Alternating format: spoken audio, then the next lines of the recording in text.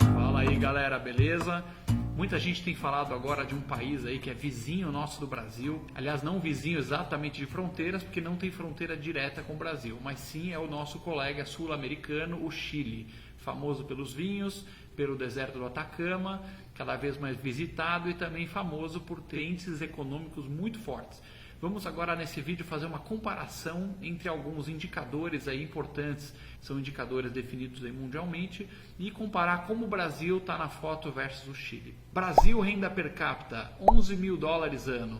Chile, 14 mil dólares por pessoa por ano, ou seja, o Chile consegue gerar para a sua população uma renda cerca de 30% acima do Brasil. Desemprego, Brasil 12,5%, o Chile com 6,8% tem praticamente metade do índice de desemprego do Brasil, ou seja, a chance de se arrumar um emprego no Chile é bem maior. Inflação, Brasil aí rodando em torno de 5% ao ano, no Chile a inflação está em torno de 2% ao ano.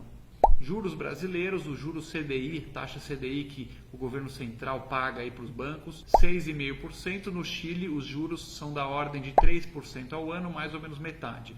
O juro é muito importante para impactar na renda das pessoas, porque nos parcelamentos você paga menos juros, e também no investimento das empresas, né? Quanto menor a taxa de juros, mais as empresas investem em produção.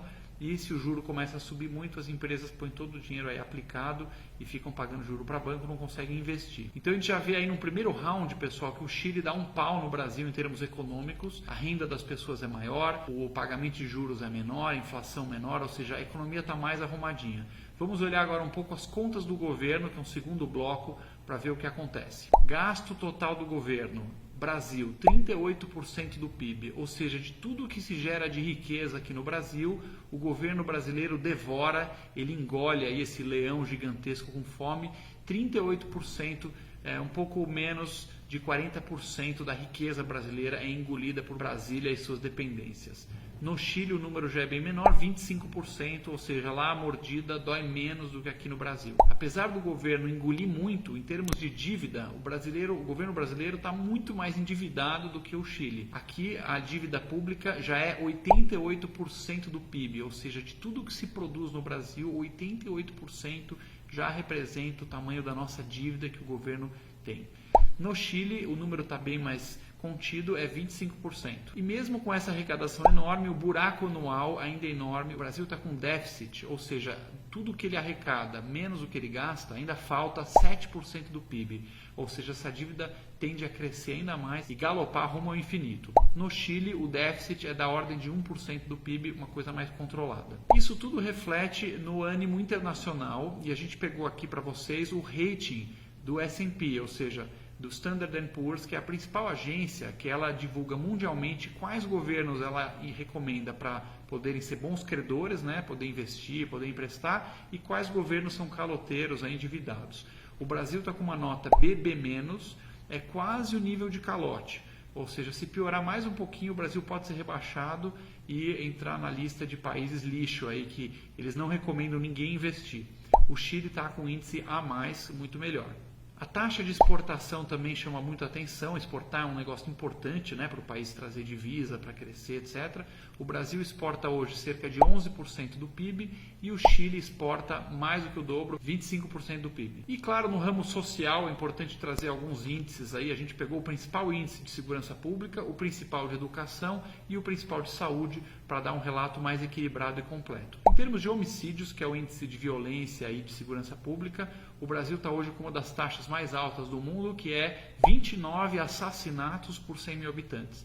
E o Chile tem 1/10 da taxa brasileira, com 3 assassinatos por 100 mil habitantes. Ou seja, é 10 vezes mais seguro caminhar pelas ruas aí do Chile do que pelas ruas brasileiras. Em termos de educação, ambos não estão bem. O Chile está num número intermediário, na posição 44 dos 70 países avaliados pelo ranking de educação PISA, notas de matemática, ciências e compreensão de texto. Já o Brasil está na lanterna, na posição 65 de 70 países, ou seja, muito pior que o Chile também em educação. A expectativa de vida no Chile é de 81 anos sendo que no Brasil é apenas 76 anos, ou seja, por causa de educação inferior, qualidade de vida, etc., o brasileiro vive em média 5 anos a menos do que o chileno. Por fim, precisamos acrescentar aqui, é claro, a parte de saneamento básico, muito importante, né? Água limpa, esgoto tratado, tudo.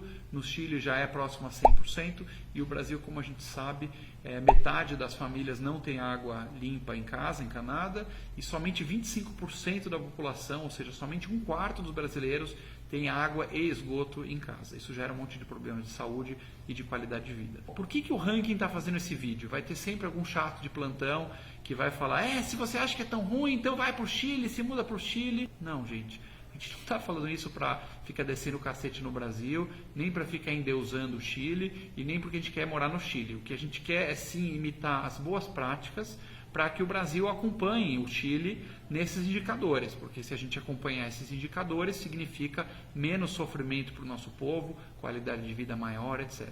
Acho que vale mencionar que o Chile fez reformas muito importantes, tem lá uma lição importantíssima que é a continuidade dos governos, né? Lá os governos vão sucedendo, pode ser esquerda, direita, mas um governo não destrói as políticas e as obras do anterior. Há que se fazer sim um elogio, porque as reformas que foram feitas nos anos 80 foram inspiradas em grande medida por um economista convidado, né? Um brasileiro que foi ao Chile propor as reformas, que é ninguém menos do que o Paulo Guedes. Então, o Ranking aqui é na sua posição de sempre apontar o que está ruim e elogiar o que está bom. Sim, tem que dizer que o projeto que o Paulo Guedes tem para o Brasil, com a reforma da Previdência, com a reforma tributária, com todas as reformas que estão sendo feitas, sim segue a linha do Chile.